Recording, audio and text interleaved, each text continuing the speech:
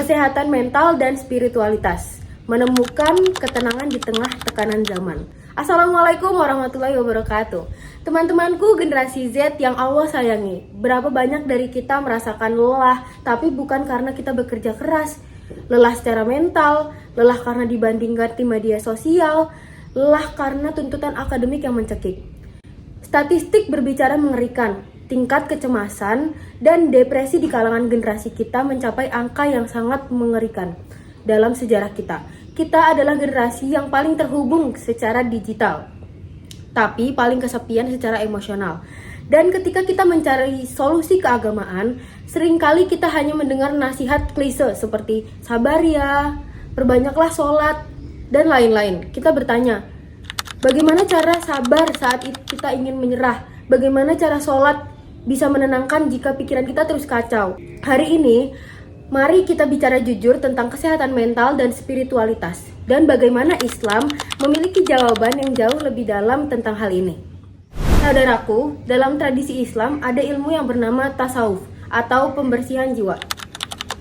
Ilmu ini berbicara persis tentang apa yang sekarang disebut psikologi modern. Bagaimana memahami emosi, mengelola luka batin, mensucikan hati dari penyakit yang tersembunyi. Bukan sekedar ritual, tapi proses aktif mengenali ego kita yang sering jadi sumber kecemasan.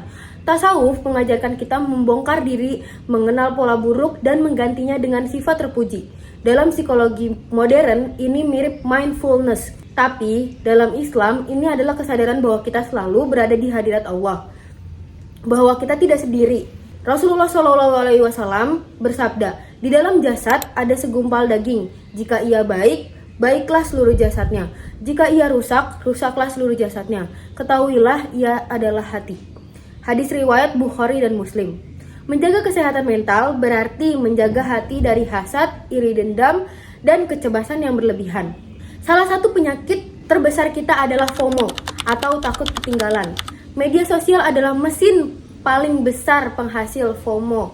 Setiap scroll adalah perbandingan. Disinilah ajaran qanaah atau merasa cukup menjadi tameng yang sangat kuat. Qanaah bukan berarti pasrah tanpa usaha, tapi ketenangan batin dari keyakinan bahwa Allah sudah memberikan yang cukup untuk kita saat ini. Allah berfirman dalam surat Toha ayat 124, barang siapa berpaling dari peringatanku, sungguh dia akan menjalani kehidupan yang sempit. Bukan kemiskinan materi, tapi kesempitan hati atau kecemasan yang tak berujung. Lalu ada tawakal, yaitu meletakkan hasil akhir di tangan Allah setelah usaha yang sangat maksimal. Dalam psikologi, ini disebut melepaskan toxic control, kebutuhan mengendalikan hal di luar kuasa kita. Kita juga butuh komunitas yang suportif, tapi komunitas muslim kadang jadi sumber tekanan.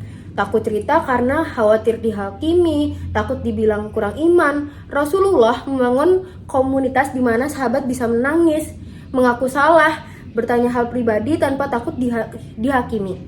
Kita butuh di lingkungan di mana bisa berkata, hari ini aku lemah, tolong doakan aku, tanpa dicap kurang iman. Allah berfirman dalam surat Al-Maidah ayat 2, tolong menolonglah kamu dalam kebajikan dan takwa. Menjaga kesehatan mental teman adalah tolong menolong dalam kebajikan. Mendengarkan curhat tanpa menghakimi adalah takwa. Teman-teman yang Allah banggakan, kita boleh lelah, sedih, dan cemas, karena itu adalah manusiawi. Yang tidak boleh adalah menyerah pada keputusasaan. Karena rahmat Allah selalu lebih luas dari masalah kita. Berani mencari bantuan jika perlu ke psikolog, jika perlu curhat ke ustadz maka lakukan. Jika perlu menangis di hadapan Allah di sepertiga malam, jangan ditunda. Doakan diri kita, ya Allah, sembuhkanlah hati yang luka, tenangkanlah pikiran yang kacau, dekatkan kami pada orang yang baik yang mengingatkan saat kami lupa dan menguatkan saat kami lemah. Karena kesehatan mental sejati adalah saat kita merasa aman di hadapan sendiri-sendiri, orang lain, dan Allah. Sekian, wassalamualaikum warahmatullahi wabarakatuh.